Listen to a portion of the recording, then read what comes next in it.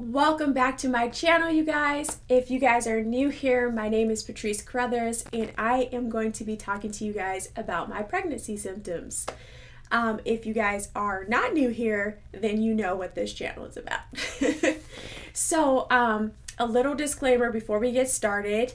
I wanted you guys to know that I'm going to be very real and authentic about what's going on with me and what goes on with, women when they're pregnant and their body changes and all that good stuff. So with that being said, let's get started.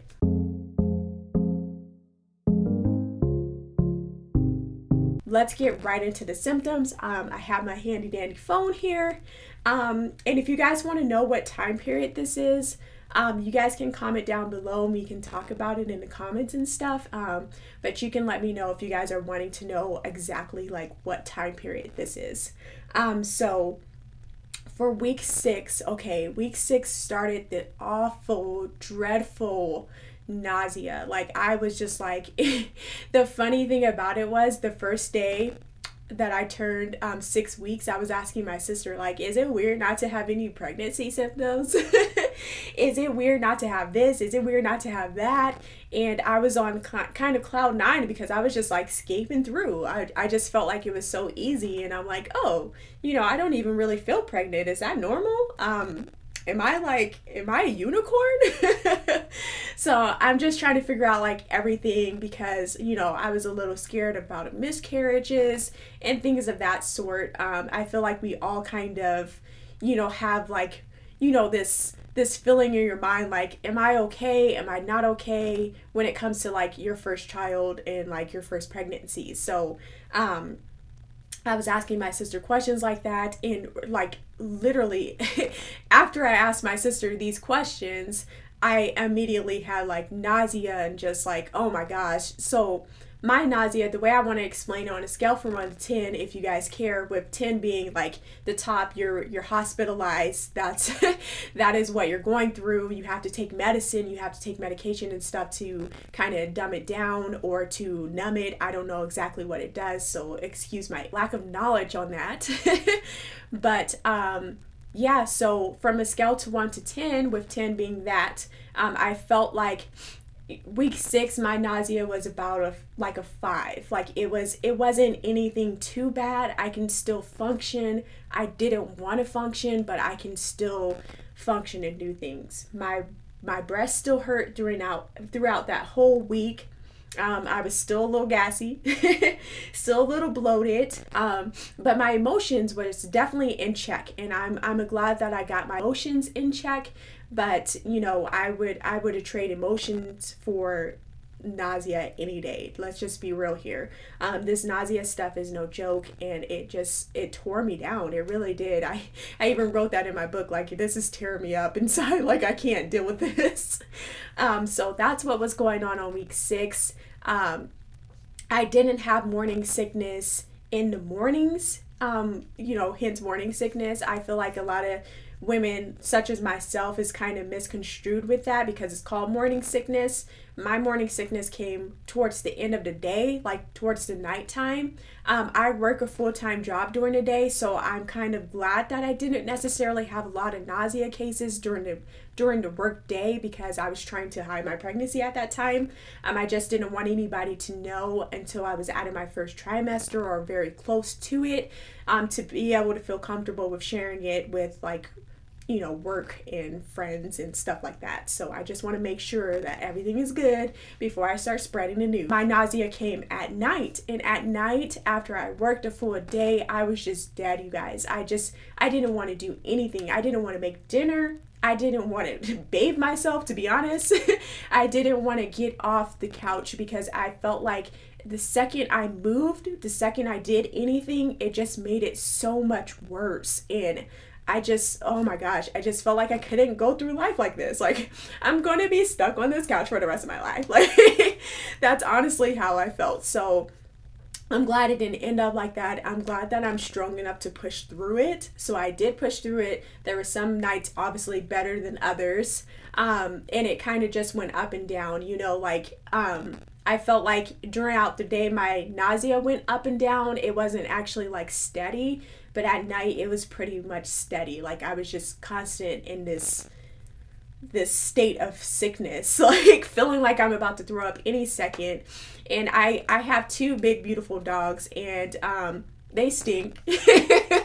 So going with the sense of smell, I feel like my sense of smell is heightened. My husband always thinks that my sense of smell was already heightened. So on top of this pregnancy, I just felt like I can smell everything. Like I can smell what my dog was up to. Like if they went outside and played in some mud, I can smell it.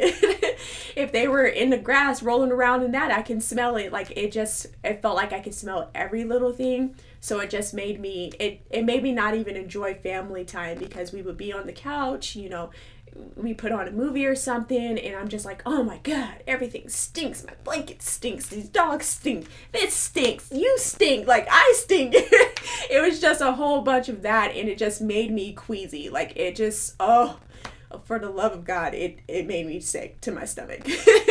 So with that being said, that was week 6. That was all the symptoms that I had during week 6. It was very hard for me. That was the first time I ever experienced something like that. And I ever experienced like nausea on a level like that, or always feeling like you're about to throw up, and just weird smells and all that coming together. It just really didn't sit right with me. And I was like, when is this going to be over? So moving right along to week 7. Week 7 was basically the same thing. I didn't have any gas anymore. Thank God I wasn't gassy. My boobs still really hurt. And when I meant like my boobs hurt, this week in particular, my boobs hurt so bad that like even when I got into like the shower, my nipples was like, oh my gosh, like the water just hitting my nipples was like, please stop. What is that? Why is that doing that? Why is it so sensitive? Like I didn't even want my shirt on. I didn't want a bra on. I just wanted to be free balling. Okay. I told you guys it's going to get TMI, and this is it. So my boobs hurt it tremendously, and it hurt all around like the ring of my boob, my actual boob, and my nipples. Like everything was very, very tender. Like I didn't want anything moving, anything touching. I really wanted to just sit there on the couch and just do nothing, and just have like a machine feeding me or something, because I couldn't. It just felt like I couldn't move. And when I did move, either my boobs hurt, or my back kind of hurt a little bit, or I was just sick to my stomach. So I felt like I was going to throw up. And so that was the same symptoms on week 7. I had very, not severe nausea. I felt like it was still like at a level 5 where week 6 was. And it was mostly at night. So it was a little weird to me that it was at night. But I was very thankful that I can get through the day without throwing up, or without anybody like, I think she's pregnant. I didn't want any of those kind of things, or people like really realizing that. So I'm glad I was able to fake it till I make it until I got home, and I literally fell apart. So the sense of smell was really bothering me, and all that stuff was still going on in week 7. The only difference is my boobs was just a little bit very, very tender. Like everything that touched it I was in pain. So I didn't like that aspect of it, with on top of me being sick, and on top of me trying to like be a wife and be a friend and be a sister and be who I am. It just made it really hard to do the little things that I was able to do before the nausea kicked in. So it really got me down in the dumps. And yeah, but this week it didn't get me down in the dumps too much, because it was just like my second week going through it. And I'm like, you know what? This is going to be my last week going through this. I'm going to find some remedy to fix it. And I was drinking ginger ale and ginger chews, and I don't like ginger that much. So it was really kind of like, I did that because of how severe it was to me. And I did wind up throwing up once this week. It wasn't fun at all. I missed work that day because I was just like, let me just take off. I don't know what's going on with me. It kind of made me a little hesitant and a little worried. So I was reading up about it, and of course always talking to my sister about it. And just saying like, is this normal? Am I like, is this a sign of miscarriage? Oh my gosh, you know, I just wanted to make sure that everything was okay. And yeah, that's just basically it. Everything was fine, obviously. I'm still pregnant to this day. So it wasn't anything that I needed to worry about. But being a first time mom and being pregnant for the first time, you just never know with these things. You never know what's going to happen or what's happening. So it's always nice to have somebody else by your side that's been pregnant before and has been going through this kind of the same thing, because my sister didn't have pregnancy nausea, but she was able to help me through that, and able to just like let me know like hey, that's normal. And then when I went to my doctor, it was normal too. So I didn't really have anything to worry about, but I was still, you know, worrisome. And especially throwing up. I didn't throw up on a daily basis. Thank gosh for that. I'm so happy that it wasn't like a recurring thing. I always felt like I was going to throw up. I just want to make that very clear. I felt like I was definitely on the brink of throwing up almost every day, and almost every time I smelled something I didn't like, or I didn't really have any food aversions or anything like that, but just something that, like, if my dog ran past me really fast, or if my dog sat on my lap and I smelled, you know, like my dog, I would be like, ugh. Like, it really made me want to throw up, but I didn't.